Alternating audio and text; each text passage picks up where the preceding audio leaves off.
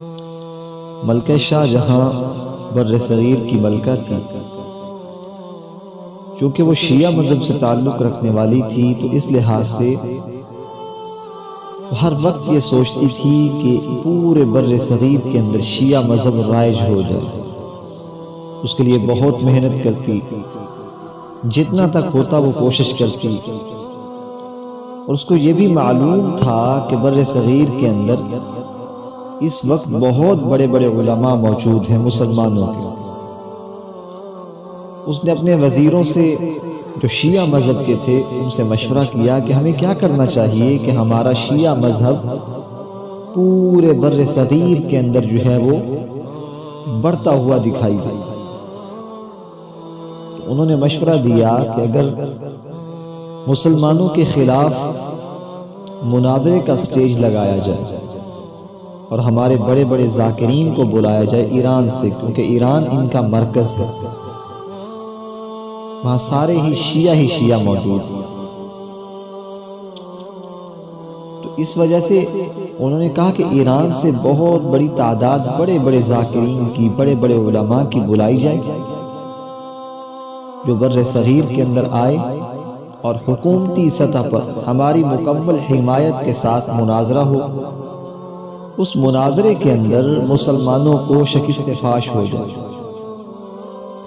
جب مسلمانوں کو شکست فاش ہوگی تو ان کی کمر ٹوٹ جائے گی،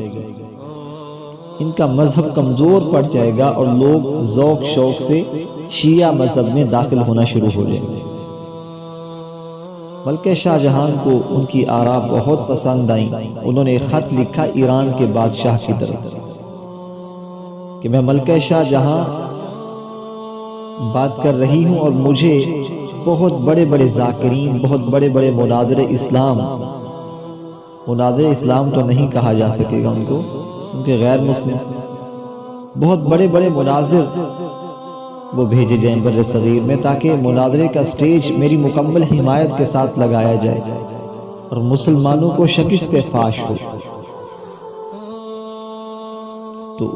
ایران کے بادشاہ نے بہت بڑا قافلہ بڑے جید ذاکرین پر مشتمل بر صغیر کی طرف روانہ کر دیا۔ اب جیسے وہ بر صغیر کی سرحد میں داخل ہوئے، ایک چھوٹے سے گاؤں کے اندر انہوں نے کہا کہ ہم ذرا مسلمانوں کا جائزہ تو لگائیں کہ ان کے ذہن کے اندر ہمارے بارے میں کیا خدشات ہیں، ان کے خیالات کیا ہیں ہمارے بارے میں، تو ذرا پوچھ گچھ کی جائے۔ ایک مسجد کے امام کے پاس گئے، کہا کہ ہم شیعہ ہیں اور تم مسلمان ہو، ہم تم سے مناظرہ کرنا چاہتے ہیں۔ وہ چونکہ امام مسجد تھا اس نے کہا بھئی میں مناظرہ تو نہیں جانتا، تو اس وجہ سے جب میں جانتا ہی نہیں تم کسی عالم کے پاس جاؤ اگر مناظرہ کرنا ہے، میں تو سادہ سا امام مسجد ہوں، اللہ کے بندو، میں آپ کے ساتھ مناظرہ نہیں کر سکتا، نہ مجھے مناظرے سے دلچسپی ہے۔ وہ کہنے لگے چلو مناظرہ نہ کرو، ہم آپ کو اہل بیت کی شان سناتے ہیں۔ اس نے کہا جی بڑی اچھی بات ہے، میں سننے کے لیے تیار ہوں، اہل بیت تو ہمارے ایمان کا جزو لازم ہے، ضرور سنیں گے، ماشاءاللہ آپ بیان کریں۔ اب شیعہ ذاکرین کے ذہن کے اندر یہ بات تھی کہ ہم اہل بیت کی شان ایسی بیان کریں گے کہ گویا یہ ہمارے اندر داخل ہونے کی کوشش کرے گا اور اس کے نظریات جانچنے کا ہمیں موقع مل جائے گا، اس کی دلچسپی اور زیادہ بڑھ جائے گی، جس سے بہت ساری معلومات مناظرے سے پہلے ہی اکٹھی ہو جائیں گے۔ انہوں نے اہل بیت کی شان بیان کرنا شروع کی تو یہ ایک حدیث کے طور پر دلیل پیش کی۔ کہنے لگے کہ سیدنا حسین رضی اللہ تعالیٰ عنہ کو اللہ نے وہ مقام عطا فرمایا کہ جہاں پر ان کی قبر مبارک ہے، قبر کے چاروں اطراف میں 40 میل تک، یعنی 10 میل سامنے، 10 میل پیچھے، 10 میل دائیں، 10 میل بائیں، 40 میل تک جتنی قبریں موجود ہیں، اللہ تعالیٰ نے سیدنا حسین رضی اللہ تعالیٰ عنہ کی برکت اور فضیلت مقام کی وجہ سے ان تمام قبرستان والوں سے عذاب کو ہٹا دیا اور ان کو جنت میں داخلہ عطا فرما دیا۔ امام مسجد فرمانے لگے بڑی اچھی بات ہے، بہت بڑی فضیلت ہے ماشاءاللہ، لیکن میں ایک بات پوچھنا چاہتا ہوں، اگر آپ جواب دے دیں تو وہ کہنے لگے جی ضرور پوچھیں، آپ ضرور بتانے کے لیے تیار ہیں۔ کہا کہ حضرت حسین رضی اللہ تعالیٰ عنہ کے علاوہ یہ فضیلت کسی اور صحابی کو بھی اللہ تعالیٰ نے عطا فرمائی ہے؟ تو فوراً کہنے لگے نہیں، یہ صرف حضرت حسین رضی اللہ تعالیٰ عنہ کا خاصہ اور خصوصیت ہے، آپ کے علاوہ اللہ نے یہ فضیلت کسی اور کو عطا نہیں فرمائی۔ تو مولوی صاحب فرمانے لگے کہ دیکھو حضرت حسین رضی اللہ تعالیٰ عنہ کو یہ فضیلت کیوں ملی؟ تو شیعہ ذاکر کہنے لگے کیونکہ وہ نواسہ رسول ہیں، لخت جگر زہرہ بطول ہیں، آپ علیہ السلام کی وجہ سے، نبی کے نواسے ہونے کی وجہ سے آپ کو یہ فضیلت ملی ہے جو اور کسی صحابی کو نہیں ملی۔ تو امام مسجد فرمانے لگے دیکھو بھائی، جس کی وجہ سے سیدنا حسین رضی اللہ تعالی عنہ کو یہ فضیلت حاصل ہوئی، یہ خصوصیت ملی کہ اطراف میں 40 میل تک قبروں سے عذاب کو ہٹا کر ان کو جنت میں داخلہ عطا فرمایا اللہ نے،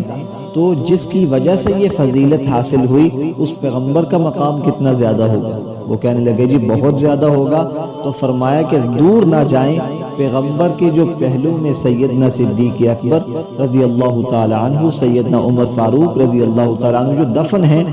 آپ کو ان کے بارے میں کیا خیال ہے؟ تو شیعہ نے جب یہ دلیل سنی اس سادہ سے امام مسجد کی جو بظاہر سادہ سے رکھتے تھے، تو ہکے بکے رہ گئے، حیران رہ گئے۔ تو کہنے لگے ہمیں سوچنے کا موقع دو۔ کہا تمہیں قیامت تک سوچنے کا موقع ہے، تم اس کا جواب تلاش کر کے لانا۔ اگر تمہاری دلیل صحیح ہے تو پھر آپ علیہ السلام کے روضے کے پاس سونے والوں کے بارے میں یہ کہنا پڑے گا کہ وہ پکے جنتی ہیں۔ تو شیعہ جو قافلہ آیا تھا ایران سے، وہ فوراً وہیں سے واپس چلا گیا یہ کہتے ہوئے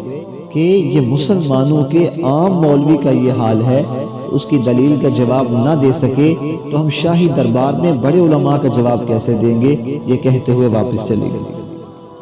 چونکہ پیچھے سے ملکہ شاہ جہان نے پورے بر صغیر میں یہ خبر عام کر دی تھی کہ مسلمانوں کو مناظرے کا چیلنج ہے، فلاں تاریخ کو مناظرہ ہے، فلاں میدان کے اندر مناظرہ ہے، تمام مسلمانوں کو گزارش ہے کہ اس میں تشریف لائیں اور مسلمانوں کی شکست فاش کا خود جائزہ لے لیں۔ بڑے بڑے بینر چھپوا دیے، بڑے بڑے جو ہے قاصد بھیج دیے دور دراز علاقوں تک۔ جب اعلانات ہو چکے، بعد میں ملکہ شاہ جہان کو جب پتہ چلا کہ شیعوں کا جو قافلہ تھا ذاکرین کا وہ واپس چلا گیا، تو اس وقت ملکہ شاہ جہاں پر جو لوگوں نے باتیں کسی اور اس کی برکت سے کیا ہوا، جب شیعہ مذہب کے لوگوں کو یہ پتہ چلا تو تاریخ میں لکھا ہے کہ بہت سارے شیعے اپنی شکست فاش کو نہ برداشت کرتے ہوئے دائرہ اسلام میں داخل ہوئے۔ اللہ تعالیٰ انسان کو وہاں سے ہدایت دیتا ہے جہاں سے انسان کا وہم و گمان بھی نہیں ہوتا، جس طریقے سے اللہ وہاں سے رزق عطا فرماتے ہیں جہاں سے انسان کو وہم و گمان بھی نہیں ہوتا۔